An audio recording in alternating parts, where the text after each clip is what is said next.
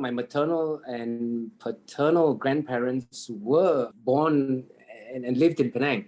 I think they could trace back to my great-great-grandfather who emigrated from China. And that's how the family came to be established in Penang. And it was my mom and my dad, both of whom were teachers, that found their way to Singapore. And that's where I was born. But a lot of connection with Malaysia. For me, growing up was a lot of school holidays. Back then, there was no North-South highway. So there was my dad driving a Beetle, my mom, my brother, 4 of us, and we would just go for road trips because the road trips were first to Malacca, stop over at relative's place, then to KL, relative's place, then to Taiping, relative's place, then to Penang, and then the way back again. It was so much fun. It was the beach and lots of food and a huge extended family. Those were the times back then. And what was it like growing up in Singapore back in the 1960s, 70s? What were you like as a child? Do you have a vision of what you were going to do with your life then? No, I got to say that now I know now that God has a way of getting you to notice him if he wants you to be one of those who will notice him. So I'm grateful for that. It was a very impressionable time for all of us. My parents were teachers, so academics, very, very clearly important, placed at the highest of priorities. I picked a path which was actually something my brother kind of guided me to. My brother was a bit older than I, but joining the Navy, the Singapore Navy, helped me many ways to just, I guess, stabilize myself, my thinking. Things were decided now. So that was also the opportunity for me to go overseas and get exposure in England. And all these memories are still very vivid and very fond to me till today. And then, of course, the Navy continued with another experience overseas in Paris. So all those very formative times. So you were in Paris, you were also at Dartmouth, and you got a first-class pass. So it sounds like you flourished having a look. Oh, no, okay.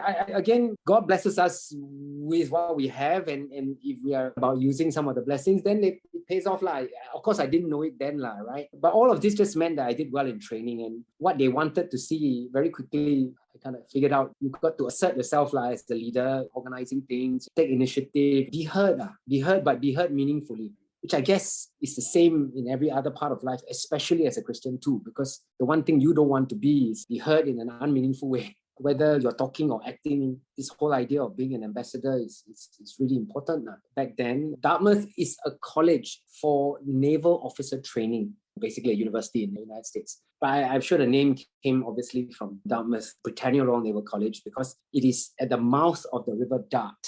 That's why they call it Dartmouth. So that was 1 year of training, and it was a military public school, call it that. And then you get to meet all sorts of people, and very interesting time. You have all sorts of other countries were sending their officers. The Saudis were there, the Kuwaitis were there. Then you get all the officers that came for training from the former British colonies in the West Indies, the Bahamians, the Jamaicans. Then you have the Bruneians, you have Malaysians, you have ourselves. Although Singapore had its own training academy already, every year they would pick a couple, 2 or 3 or even 4, and then you go and have your 1 year there. So that was what that was.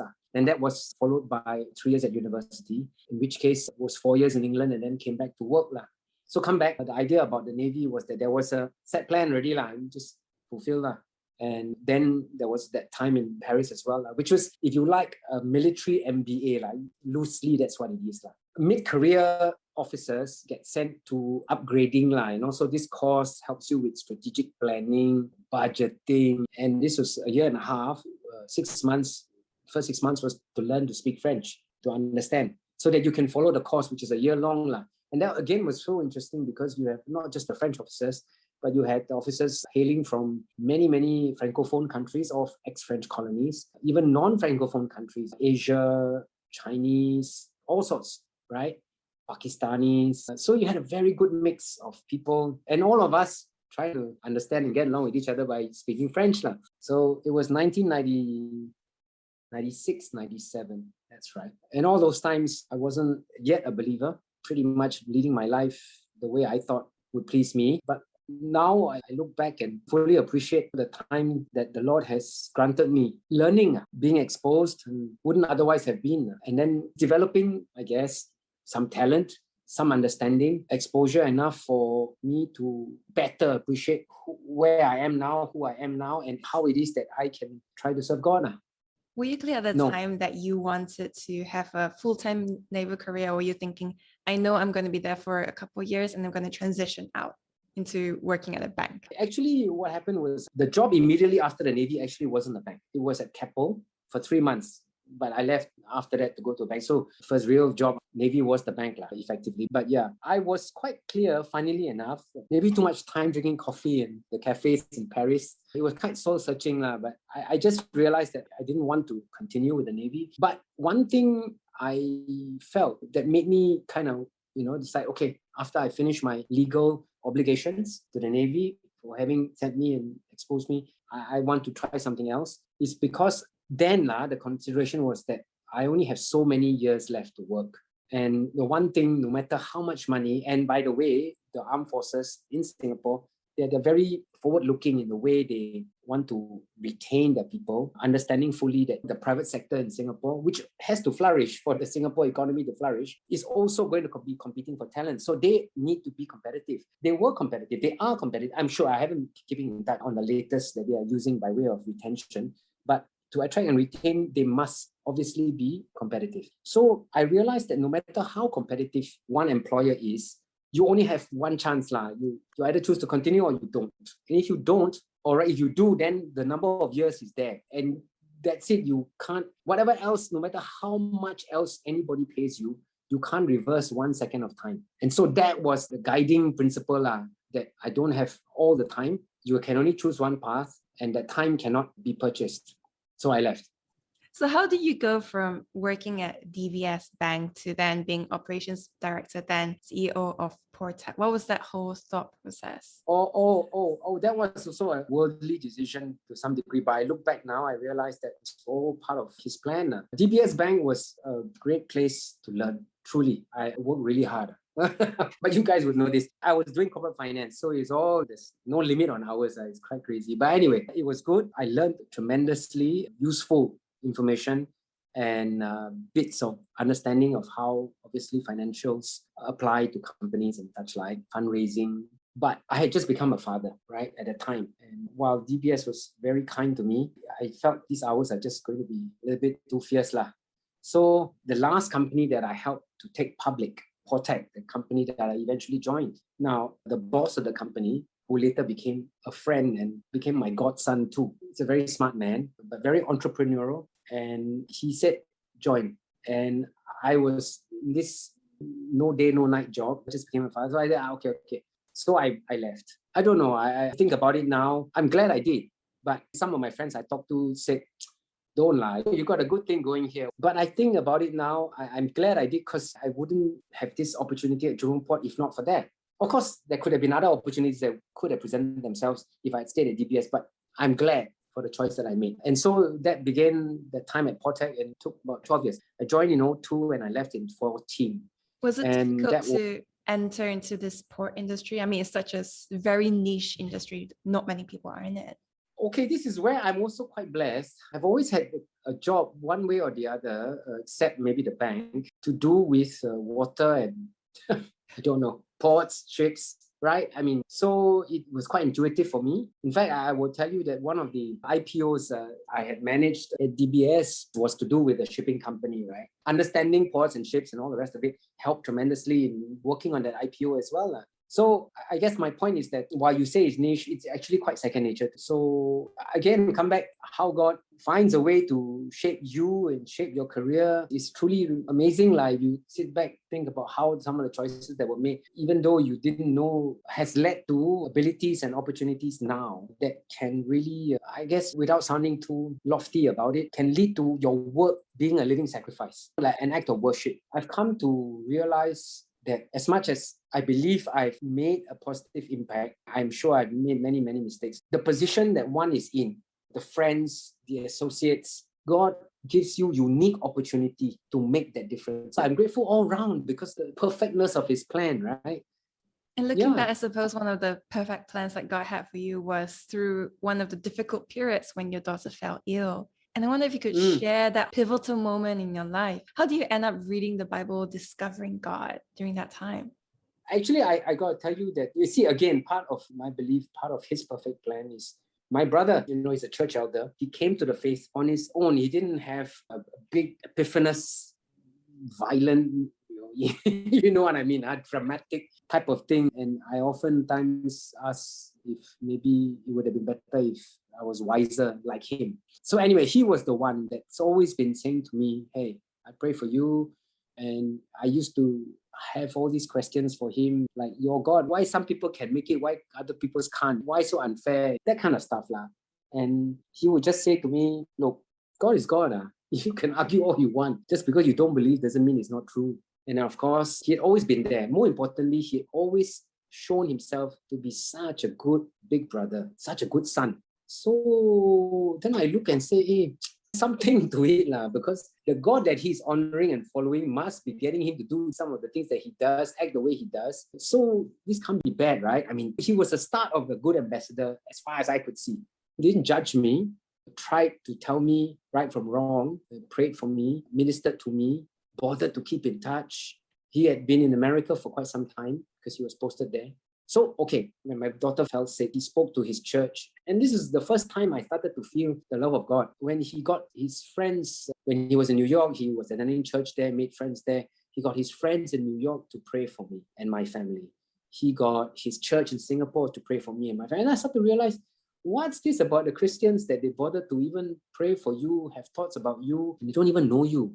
This is the most amazing thing about our God, right? He gets and he inspires people to love others in ways which cannot be normally explained by worldly, secular terms. It's just not possible. Because I know I was never like that. I would never bother. Why would I bother? Nothing to do with me. That's the first glimpse of the love of God. And then when you asked me the question about how I started reading the Bible, well, I wanted to believe. So my brother, I think he bought me my first.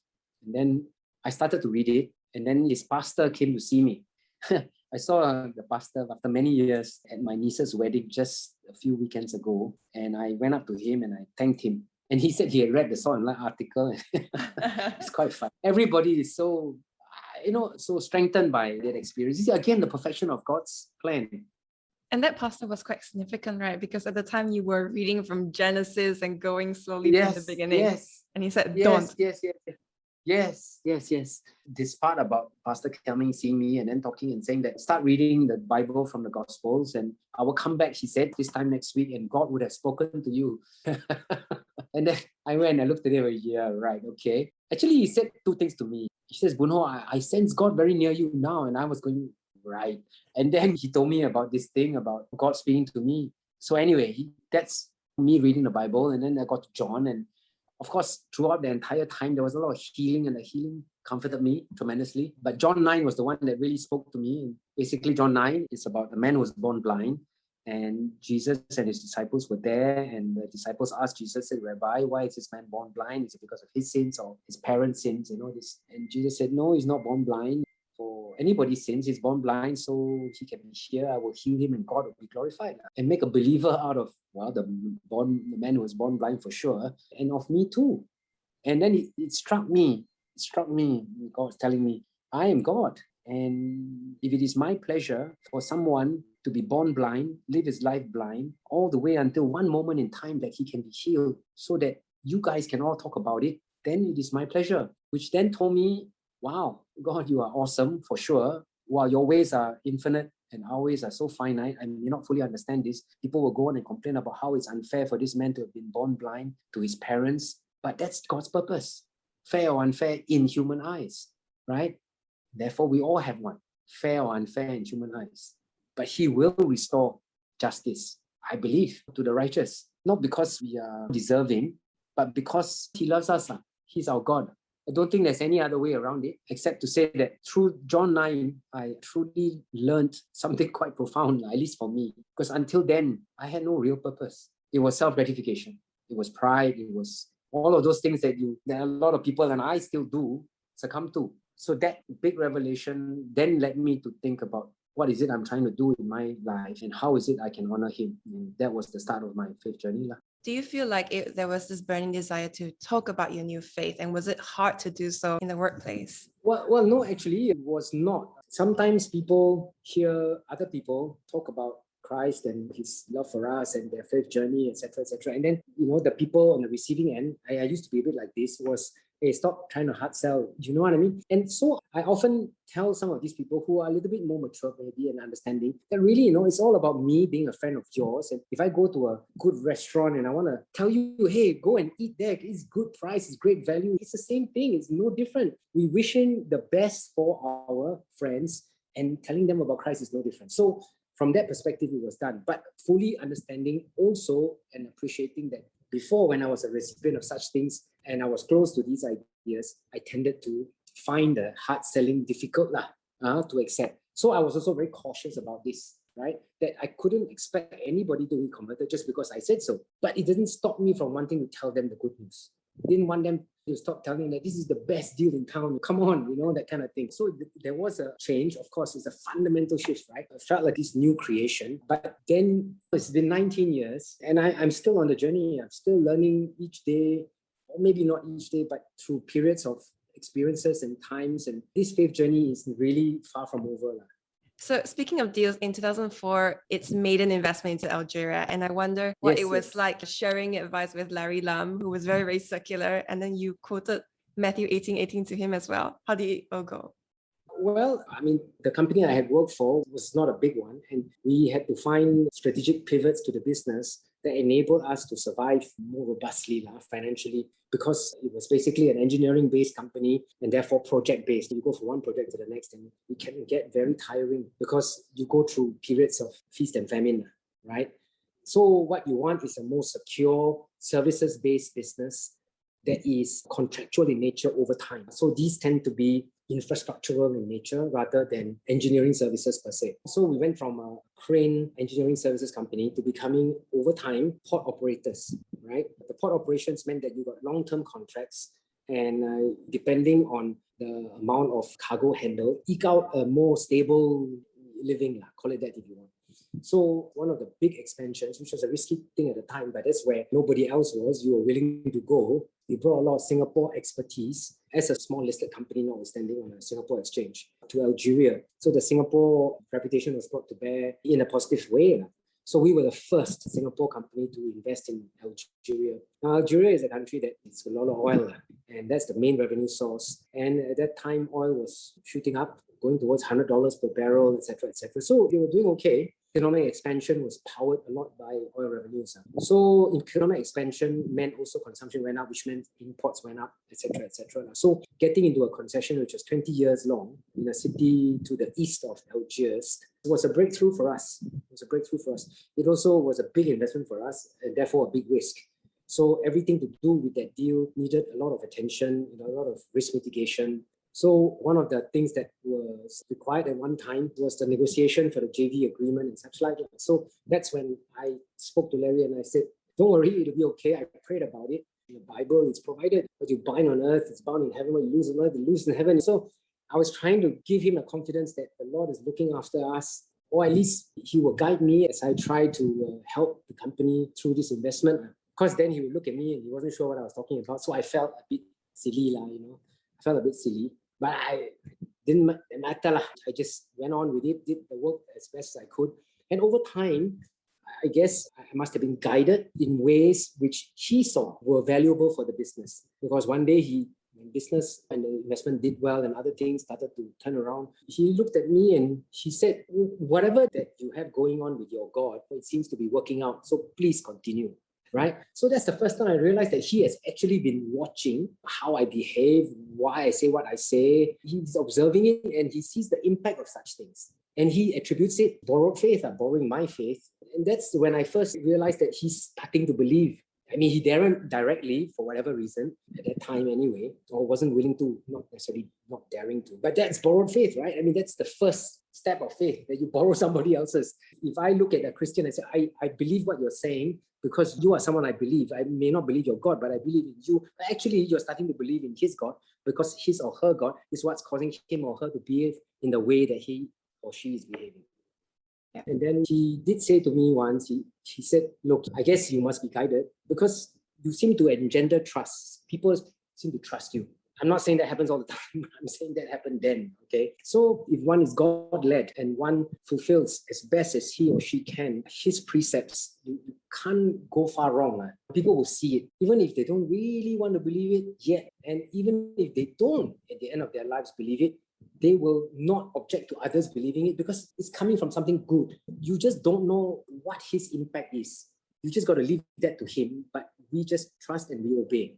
So whatever small and big thing, we try to the best of our own ability to rely on him and to be led by him and to act in accordance to his precepts. The rest he will work out.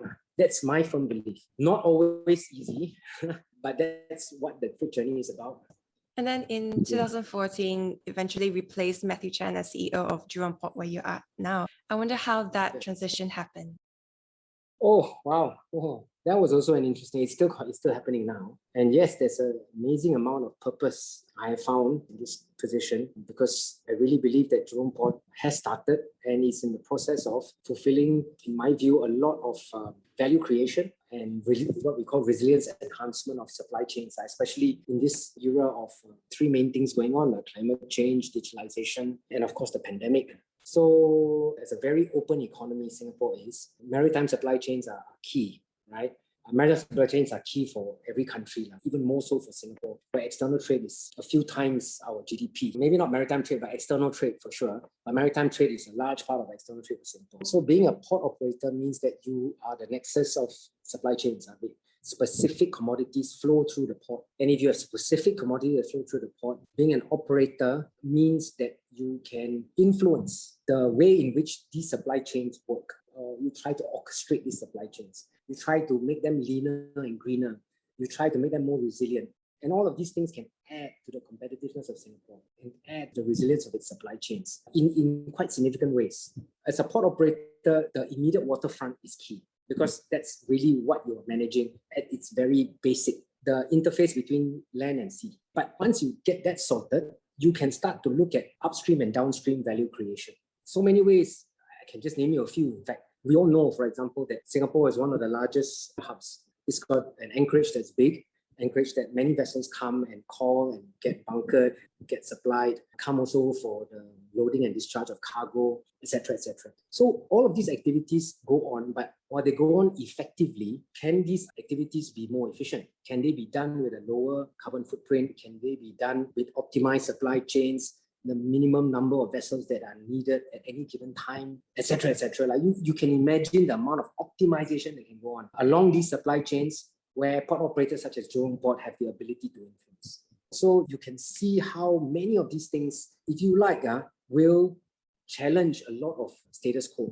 And if you want to challenge the status quo, you will quite deliberate. But inevitably, you will be asking a lot of stakeholders, existing stakeholders, to change the way they work. Now, this is not an easy endeavor, and it requires existing stakeholders, therefore, to trust you or any one counterparty that this change will be brought about in a way which enables the existing stakeholders to have a chance to cope with this change in a meaningful manner, enabling them to up their skills, up their value add, up their quality of living. So this is where I believe a lot of how our God has taught us to have regard for others, to do unto others, to be humble. That really, at the end of the day, none of this is your own real ability or effort. Everything comes from him in any event, right? So honestly think that it is through his teachings, through his precepts, that one can best glean guidance on how to effect some of these changes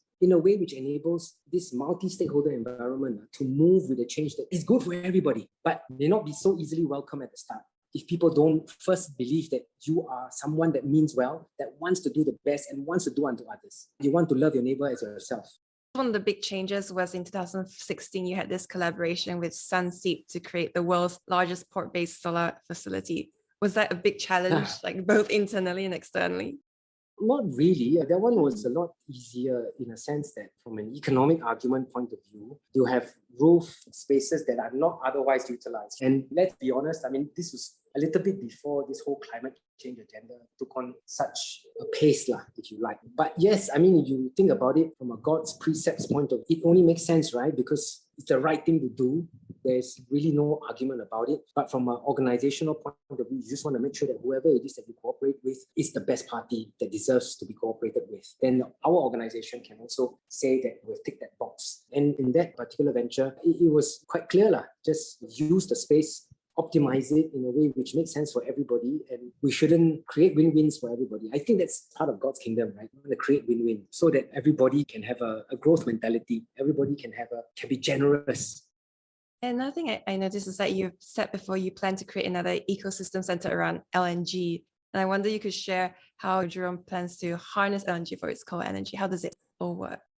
Oh, the impact of climate change, I'm sure you will also know, it's beyond any one of us, and it's irreversible, and we really, really need to get our act together, but that's just me talking.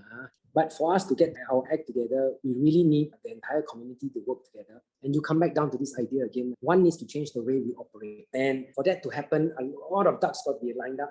And for that to happen, the whole idea about multi-stakeholder engagement in ways in which are guided, because our God is a generous God. Our God is one who, if you follow his precepts, you will create trust, you will engender trust, you will also extend trust. And that's what we need in this multi-stakeholder environment, because nobody really wants to be on the losing end. A situation where there's a win-win, everybody sees the upside, even if everybody has to take some pain in the meantime, it will work over time because they trust that correctly motivated people are leading this change. Now, LNG, a lot of people say it's a transitional fuel. It's cleaner than your other fossil fuels, but it's a fossil fuel now. Natural gas, when liquefied, requires a lot of energy. Now, that same energy is just wasted if you just allow the LNG to go up to ambient temperature, and then it becomes natural gas again for the purposes of burning so that it produces energy. So one of our ideas is that natural gas, and it's not a new idea, can be the cold energy when it's brought up from minus 163 degrees Celsius, I believe, back to zero again, or back to ambient temperature. This cold energy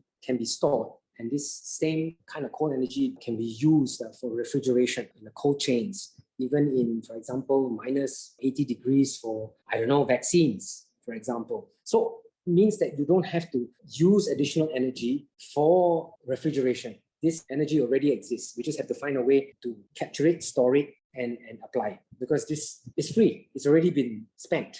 So that's part of the optimization. That's one of the ideas anyway.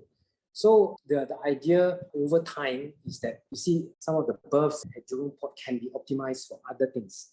We're a multi-purpose port operator. One of the means by which natural gas or LNG can be distributed to various parts of the world, especially in the region, that may not have very large capex intensive and LNG receiving terminals, is using container terminals to receive natural gas or LNG that comes through ISO tanks. So if you have LNG stored at JP, this LNG can be transferred to ISO tanks, which is a container. And because we have container cranes that can be put on ships, and these ships can go to various places, taking this LNG to places that can run their gas turbines on natural gas, and as opposed to other fossil fuels which are not as clean. Natural gas is the cleanest of the fossil fuels, but they can't receive LNG unless they have a big receiving terminal, or they have a container terminal that can take the boxes, that means LNG and ISO tanks, which we can distribute, because you need the facilities like that. So in that way, we not only have a business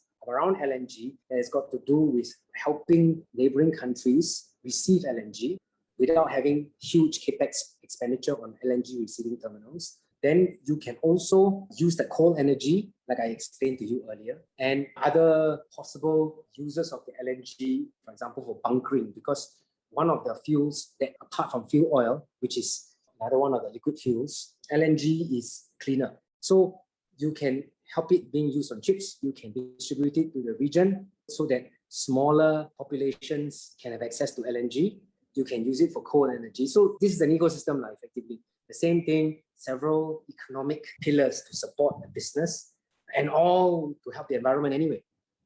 I heard in an interview you did with Money FM 89.3 that the thing that keeps you up at night is safety. The Port of Singapore has remained open during the entire COVID pandemic, where safety is a main concern. I wonder how your operations, the way you run the company, has been impacted given this pandemic. Wow. Yeah, I think everyone's been impacted one way or the other, but definitely the operations. We have a lot more segregation now. So the ability to optimize across teams and everything else is limited or constrained by the fact that you've got to keep teams separate and as much as possible, even individuals separate. So separate, you have to, there's a lot of considerable amount of expense going into these segregation measures. And then all the testing and everything. So, but we are grateful as a whole. I think our government has taken a strong lead in ensuring that the nation follows in being as safe as possible. It's very deliberate, very calibrated, taking full consideration of all the requirements from economic impact to impact on our healthcare system, logistics chains, for the delivery of vaccines, everything from prioritizing who should get what first. You talked about having to wait 5 hours. I didn't really wait. Okay, I had to wait half an hour, but that's okay. Having achieved one of the highest vaccination rates in the world. So all these things are done well so that we take the lead. A lot of us, we just take the lead. And of course, on our own, given our own specific conditions, we also maybe go 1 or 2 steps beyond to make sure that our conditions are just as protected as anybody else's for that matter, or even more so because our conditions are unique to us. So yes, I've got a good team as well. So as a whole, I will say that our entire system is pretty well done. Nothing to be complacent about. There's always going to be a chance something else can go wrong. But we've always, at Jurong Port, said to ourselves, we have to be ahead of the curve. So many things since the beginning of this pandemic, we try to see what's next, and then try to get it before that event actually turns out and then causes damage, because we would have been there with the precautions in place already, prevent any fallout, even though that event, there was a high probability of eventualizing actually took place. Do you feel like you have found your why? I believe I do. I do have my purpose, and I'm grateful to the Lord for having given me this. Truly, I cannot imagine my life without it. Put it that way. What kind of a legacy would you like to leave behind? What legacy? Actually, I will just share this with you. As much as I often tell myself, I pray about it and I say, look, no pride, all glory and honor belongs to Him. You have what you have, you don't have what you don't have, for His purpose, His pleasure. So you just do your bit and the rest, leave it to Him. So legacy is really in my mind, it's also a bit of a pride thing. But I'm also only human, which is the next one I'm going to make. And therefore, there is a little bit of me, human, says that, wow, I want to be remembered as the guy who did this or did that. Then I stop myself and I sort of say, the only legacy that I would want is for the people I've interacted with to know that it is our God that is the one true God, or at least that belief was made possible through some of the actions that I have undertaken as His disciple. That's the only legacy I would want, frankly. Somebody says Boon Hoe has been able to be successful because he has got his God behind him. That's it. Not because Boon Hoe is of any real significance. And what do you think are the most important qualities of a successful person? I think believe in Christ. That's what I think. I believe so. Believe in Christ, trust and obey. And if we are obedient and we are trusting, He will take care of things and you will be successful.